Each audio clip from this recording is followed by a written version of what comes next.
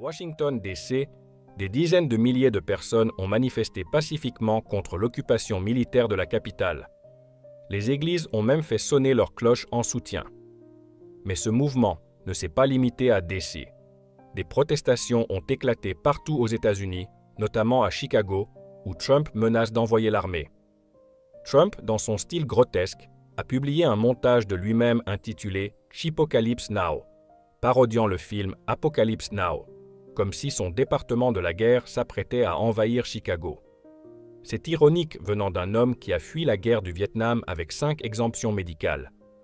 Pendant que des effigies de Trump étaient à le brûler et que des manifestants affrontaient pacifiquement les forces de l'ordre, la Maison-Blanche cherche clairement à provoquer des débordements pour justifier l'envoi de Marines. Dans le même temps, Trump transforme le jardin de la Maison-Blanche en club privé en béton, applaudi par ses fidèles, alors que l'économie s'effondre, chiffres de l'emploi catastrophique, chômage en hausse, inflation persistante, délocalisation massive et investissements étrangers qui s'évaporent. Pendant que les Américains s'appauvrissent, l'élite pro-Trump trinque au Club Rose Garden avec des Diet Coke payés par les contribuables. À l'US Open, Trump a même exigé que les caméras ne montrent pas les huées du public.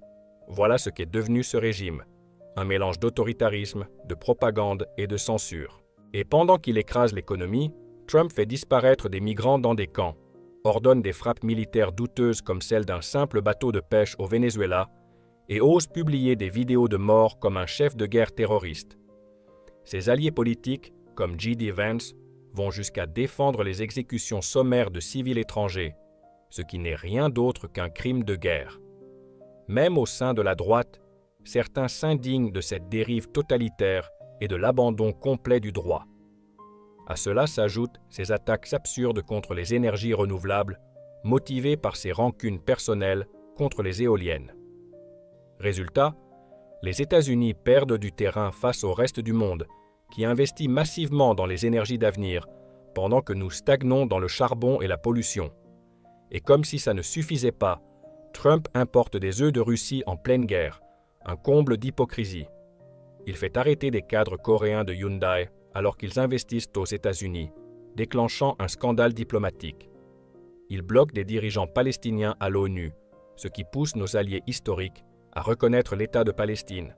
Même Modi, Premier ministre indien, refuse désormais de se montrer à nos côtés.